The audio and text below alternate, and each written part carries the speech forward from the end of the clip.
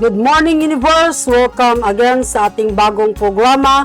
At before we go on forward, papakilala po muna natin ang ating isa sa pinakamagandang kasama. I'm with Atalia.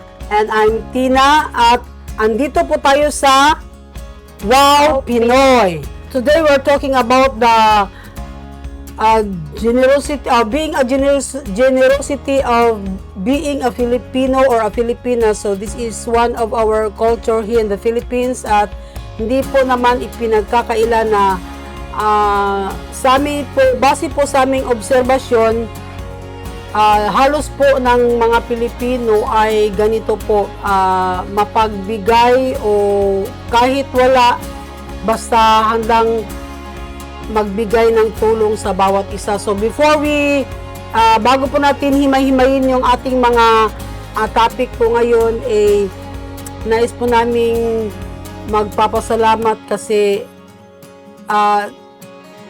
nanonood po kami pinapanood niyo po ang aming segment sa bawat palabas ng aming video. So yun po, salamat po sa inyong lahat. So dito po tayo sa unang topic po natin is yung unang tanong o first question po, what does being generous mean in Filipino culture?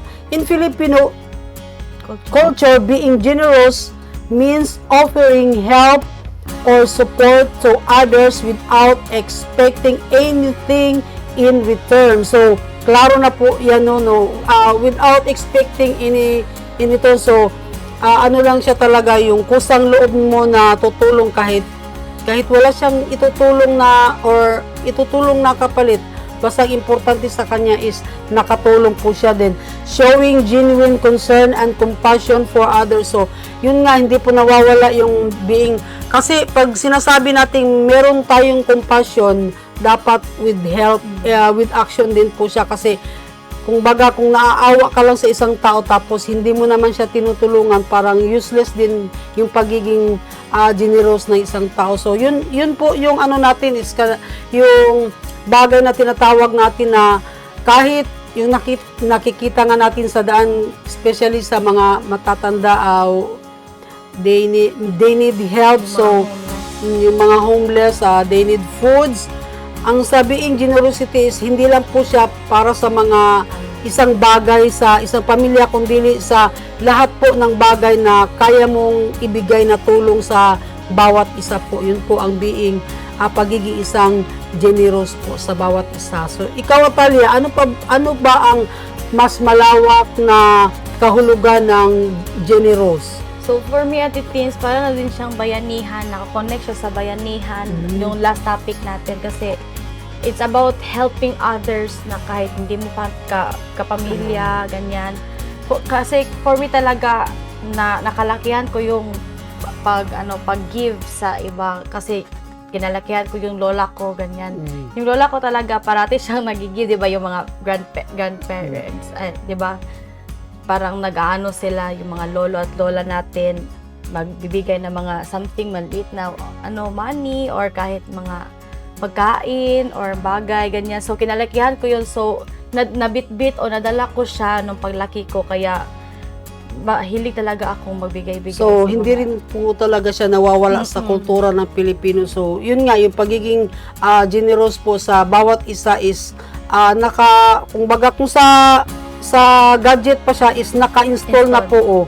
Hindi na siya, siguro kung mabubura siya, pero nababalik pa rin, na-install pa rin at na-i-install. So, kahit anong bura mo sa being pagiging generosity, kusang bumabalik talaga siya. Yes, and may nakikita pa rin ako na may nag-give pa rin, may generous pa rin mga tao. So, yun, so talk about ko kanina about yung bayanihan, and last week, yung bayanihan. So, nakukonect din siya kasi bayanihan is a traditional Filipino practice where community members come together to help with a difficult task such as moving a house.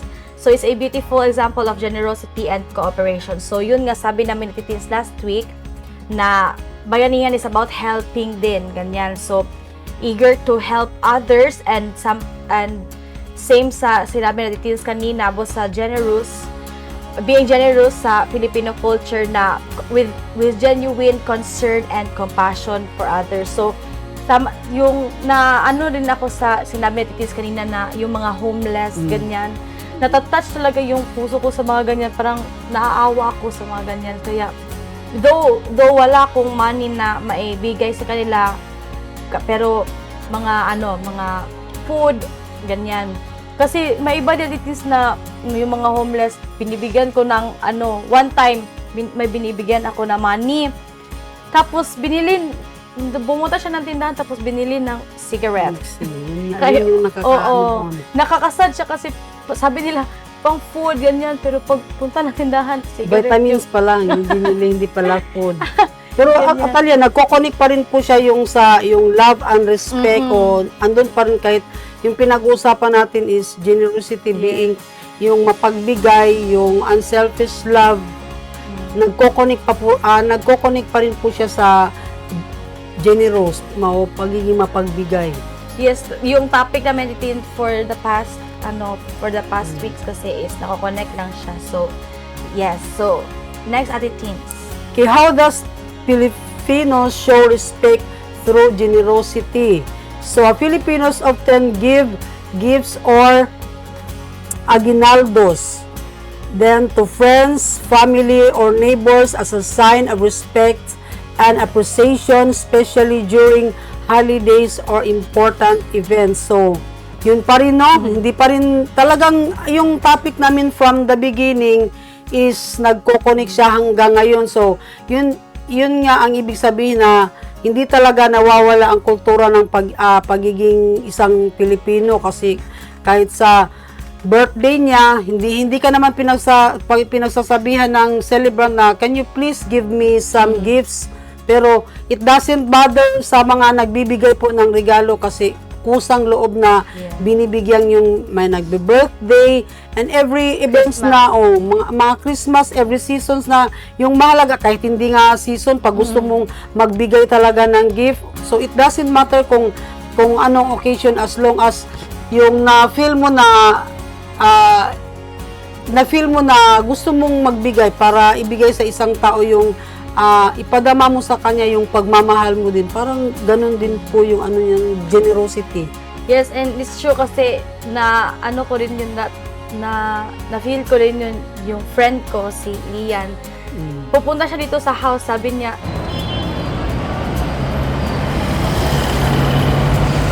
A pedestrian lane is an interim or temporary pedestrian facility that may be appropriate on roads with low to moderate speeds and volumes.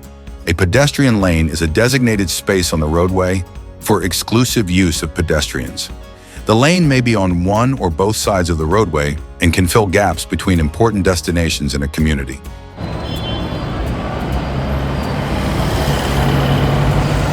Hello, Lian. sabi niya, Ate Tal, gusto mo ng bread? What kind of bread? Sabi ko, oh my gosh, naalala pa rin niya. Oo, ganyan ka na. Hindi ko in-expect kasi akala ko lang siya dito kasi mag-chika kami. Pero yun pala, may siya. Na-remember pa din, yun ba yung na-remember mo yung tal kaya gusto mo magbigay, ganyan. And sa mga hindi nagkakaalam, what aguinaldo means? Aguinaldo means gifts or yung parang, di ba, may angpaw, ganyan. Oo, may binibigay silang money. Especially when it's Christmas and New Year. So, yes, so pagiging pakisama yun sa mga tao. So what does pakikisama mean in the context of generosity? So, pakikisama refers to the practice of getting along with others by being considerate and willing to give, not just material things, but also time and understanding to foster harmony in relationships. So nako-connect pa rin yung pakikisama sa generosity because you are getting along with others, considerate and willing to give. Like, for example, yung mga friends, ganyan. So nakikisama ka sa mga friends mo in times na walang-wala sila, you will help, ganyan. So nakaka-strong siya ng relationship sa bawat isa. Bali, pakikipagbanding sa yun yung relasyon ng bawat isa is intact pa rin siya at konektado pa rin po kayo sa bawat isa. So yun yung maganda kasi yung iba they called it pagmamarites pero hindi po naman pagmamarites yan. Ang ano lang dyan is yung love, yung connection po sa bawat isa is intact pa rin po hanggang sa magmadaling araw, hanggang sa kinabukasan yun, nag-uusap pa rin. Pero yung pinag-uusapan is hindi naman sa isang problem or may mga problema pero hindi sa isang tao na pinagchichismisan or ginagawa ng gossip. Pero ang ano doon is yung binibisita mo yung kaibigan mo kasi gusto mo siyang kamustahin. Yun isa din po yung sa ano nga nung naging band then yung generosity na sinasabi po natin na kultura po ng mga Pilipino. Yes. So, next other things.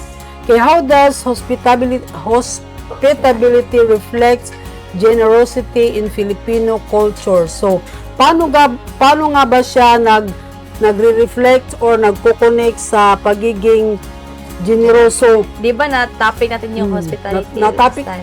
Meron din, there are some hindi nga siguro some similarities, but most, nako-connect talaga siya kasi hospitable is you are being accommodating po sa mga tao na hindi mo nga kilala, yun. Then, being generosity is, yun yung mapagbigay ka sa kapwa mo na hindi mo rin kakilala kahit na nakita mo yung sitwasyon nila na talagang walang-wala. So, doon po nagmamatter yung nagko-connect po ang hospitality at saka generosity. So, alam natin po na siguro si Atalia merong mga malawak na experience about sa hospitality at saka paano nagre-reflect yung generosity sa kultura po ng mga Filipino culture. So, meron din po ba tayo, Atalia, dyan na... So, yung sabi namin at Tins last time na yung generosity and hospitality is nagko-connect because hospitality yung pagiging hospitable ng isang Filipino. So, na-reflect siya sa generosity kasi nag-offer ka ng something sa tao na pinapatira mo sa bahay mo, ganyan. You will offer something like, sabi nga namin, juice or food, ganyan. So talagang hospitality and talaga. So hospitality and generosity is parang isa ata sila, ganyan. So yun siya. And then, what role does family play in generosity within Filipino culture? So family is essential to Filipino culture, and generosity within families is deeply ingrained. It's common for family members to share what they have, whether it's food, money, or time to support one another. So, this is common sa mga Filipino, di ba, atitis, na Filipino family na nagtutulungan, ganyan, whether it's food, money, or time, ganyan, to support one another. Kasi kahit nga yung extended family, kahit hindi nyo kadugo, di ba, pag may kailangan, talagang nag-help kayo. So, may na-experience ka na ba din ganyan atitis towards other people or ganyan sa family mo? Pero one time po, meron po akong na-experience na yun nga, naghihingi po siya ng limos. Hindi naman ano ba tawag doon? Limos? Help? Or help? Pero kung translate po natin siya is magiging tulong or limos. Parang ganun na rin po siya, kagaya ng hospitable at generosity.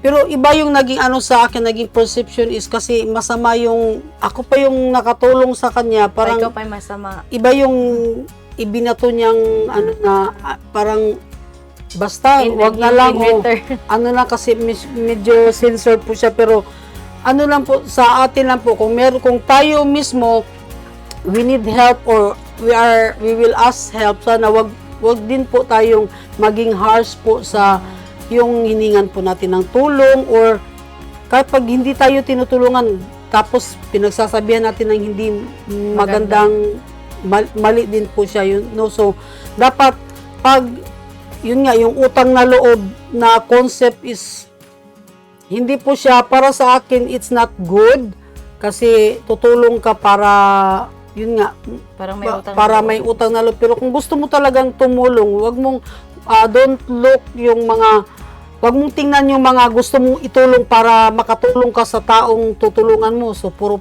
tulong na lang, no? So, parang ganun ba na hindi maganda yung perception na, yun nga, pinagsasabihan ka na hindi maganda. So, dapat talaga kung gusto mo talagang tumulong or humingi ng tulong, dapat, yun nga, pero ako iba kasi hindi yung, labag sa kalooban. hindi labag sa kalooban. But before I ask mga tulong, meron kasi akong ginagawang bagay na, yun nga, I'll spray, basta ganun ha. So, yun yung ginagamit ko na power para someone kanang ano ba tawag nito, yung willing siya na mag-help. Willing to So help. yun ang pamamaraan na isa sa pamaraan na ginagawa ko para matulungan din po ako sa mga bagay na gusto kong matulungan din po nila ako sa mga bagay na gusto ko pong ihingi ng tulong para sa akin. At nagpapasalamat po ako sa mga taong gano'n na, yun nga, they are willing to help. Kahit na walang may balik na tulong sa iyo, but it doesn't matter. Importante sa kanila is they help. Yun ang kanilang nasa puso. Yes, so since sabi na Ate Teens kanina yung utang na loob, so ano yung concept mo sa utang na loob, Ate Teens, for you? Ang utang na loob for me is yung like sa gratitude or yung utang na loob nga, gratitude, dapat na Obligation. magkaroon ng obligasyon na To repay. because yun nga, dahil tinulungan niya ako, I need to help her or him in order na mabalik po yung tulong. Pero hindi po ganun ang natin. Ang importante sa atin is yung willingness po natin, yung eagerness na makatulong po sa bawat isa. Yes, kasi may iba din Ate Teens na, 'di ba, yung sa mga movies din nga may utang na loob ka sa akin, kaya ganyan, yung parang nag-aaway You na have to talaga. return yun, parang hindi na siya magandang pakinggan or nagkakaroon na ng problema ang pamilya dahil sa utang na loob, which is hindi po siya maganda kasi basta hindi siya maganda yung utang na loob na yan. Parang yung hinelp niya sa'yo, parang you need to repay, ganyan. Kasi Repay him back or her back, parang ganun. kasi ikaw naman yung magigilty kasi tinulungan ako nito, kaya tutulungan ko rin siya. Tulungan din, kailangan ko ding bayaran yung kung ano yung tinulong niya, parang Yeah. hindi po siya magandang action para po sa amin lang po, opinion lang po Yeah, namin it's our yun. own opinion. So, yeah. So, how do Filipinos show generosity during celebration? So, this is also common sa mga Filipinos. So, during celebrations like birthdays, Christmas, or fiestas, Filipinos show generosity by giving gifts, offering food, and sharing their time with friends and family. It's a time of giving and sharing happiness. So that's what we're saying last time na kapag celebrations talaga, yun talaga ang may parang overflow, nag-overflow yung generosity kasi your uncles, your lola, your family will give you something like that. So birthday, Christmas, yung Christmas talaga, yun talaga yung parang kumbaga bonggang celebration aside sa birthday. may mga aginaldo ka talaga makukuha. But hindi lang yan. You have also offering food and sharing time with your friends and family. So it's not just money or gifts, but it's also time with your friends and family. Bonding. Yes, and that's how generosity works sa mga celebrations, yung bond. Pero matanong ko lang, Tal, meron ba kaya sa labas na ganitong uri ng attitude na yung pagiging generosity, or sa Pilipino lang ba talaga to? May nakikita pa naman ako na nasa ibang bansa, ganyan, pero parang more like sa Philippines talaga. Filipino talaga yung nakikita ko. Pero we don't know the culture of other kasi that's why hindi po namin mabigyan ng hustisya po yung nila. So ang amin is yung kultura lang po ng Pilipino, but maybe somehow or sometime we will tackle about that culture of other ano ba ito tawag doon, countries. Yeah, because I know they are also generous and like that, but we are tackling about Filipinos and our Philippine culture. So yeah. So next, Ate Tins. How is generosity linked to some simbang gabi or night mass? So, simbang gabi sa Filipino, simbang gabi sa Filipino culture, this is celebrated by Catholics only. So, they need to complete the 9 days. Yes. 9 or something. Basta mga 9 days na kailangan makumpleto yung araw para they will bless by yun yung kasi yung one time meron kasi ako nakakausap na binatilyo, parang binatilyo na paano pag nakumpleto mo yung 9 days, ang sabi niya lang is pag makumpleto daw yung 9 days, Mama Mary will bless them, parang ganun. So hindi po natin sila pwedeng didibatin kasi that is their belief po, so we need to respect their belief, pero at least maganda pa rin po siya kasi yun yung naging perception nila na alam nila na they were be blessed by Mary and blessed by God. So hindi pa rin po siya nawawala yung pagiging nila sa na makumpleto yung simbang gabi. So ang simbang gabi talaga is a Filipino Christmas tradition lang po.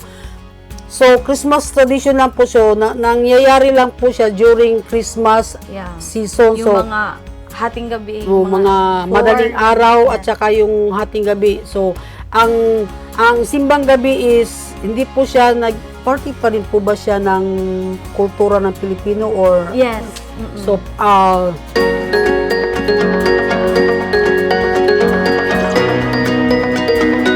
Washing hands can keep you healthy and prevent the spread of respiratory and diarrheal infections.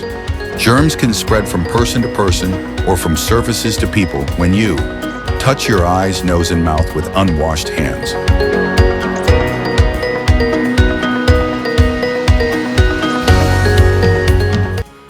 Ngayon ko lang din po nalaman na ang simbang gabi is a part of Filipino culture kasi sa pagkakaalam ko is yun nga lang, basta they will complete the 9 days pag during Christmas season, pero yun nga isang pa rin po siya ng tradisyon po siya ng Pilipino, kultura po ng Pilipino. So maganda rin po naman kasi during sa simbang gabi doon mo nakikita yung solidarity ng bawat isa kasi yung pamilya nagsisimbang gabi, yung bawat pamilya, yung magkakaibigan, kamag-anak. So doon mo na di-define yung love, respect, at saka yung being generous. So nagko-connect talaga siya, no? Hindi siya talaga nawawala. So ikaw, Atalia, baka meron kang nalaman na meron kang kaibigan na nagkakaroon or nagsiselebrate ng ganun nga, simbang gabi. Yes, for me, why alam ko to mga things na sa mga Catholic kasi most of my friends kasi mga Catholic. So pero hindi kasi ako yung type person na namimili ng religion. So kahit Muslim ka pa o ganyan, pinifriend ko talaga kung mabait ka sa akin, mabait din ako sa inyo, ganyan. So sila nagsisimbang gabi sila for they are expressing their generosity through acts of charity. Magbibigay sila ng mga yung parang sa water cellophane. Pero yung paggising ng umaga, mahirap din po yun. Yun ang pinakakalaban doon. So they will give something sa priest or sa mga gifts mga tao, sa mga homeless, ganyan. Kasi yung some churches din kasi some people din kasi napupunta sila na church, ganyan. So may i-give sila sa priest at may i-give din sila sa mga homeless, ganyan. Yung parang sabi ko nga, charity, acts of charity, and like giving to the poor or helping those in need during the season. Kasi may iba din kasi na talagang Christmas talaga, there are some families or people na walang-wala. So that they don't even celebrate Christmas, kahit Christmas, pero parang walang sa kanila, parang normal days lang. So that is their way of being for being generous. So magbibigay sila ng something. Kaya sa akin talaga personally, if may money talaga ako, I'm willing to help talaga. Kasi yan yung kinalagyan ko yung mag-give ganyan. Kahit sa school nga, kahit walang snack yung friend ko kasi naiwan niya yung pera niya ganyan. Kahit wala yung sa akin, ikaw na yung makakain, okay lang ako ganyan. So, para na akong mama nito. Pero You always wear the heart of yung, sabi nga helping one another, yung may puso talaga na tutulong Kasi ka kahit walang-wala. kasi kung ano yung kinalakihan mo, yun yung Magagawa mo. Oo. So that's it, guys. So natakol natin yung generosity sa Filipino culture. So abangan nyo next week for our new topic with Ate Teens, and please subscribe, follow, like, and share Pinoy Rab on YouTube channel and Facebook page, right, Ate Teens, and for Meron more, din po ba tayong TikTok at saka Instagram, di ba? yes. Huwag niyo pong kalimutan sa ating mga reels, yung mga videos po na ina-upload po namin, at saka maraming salamat po sa mga shorts po. Maraming salamat po sa tumatangkilik po ng Pinoy Rab sa YouTube at saka sa lahat po ng mga page Social namin media sa social platform. media. So yes, and lastly, we would like to encourage you that you will click the notification bell so that you can be notified whenever we will post or upload videos. So again, this is Athalia, And I'm Tina. and this is Wow Pinoy!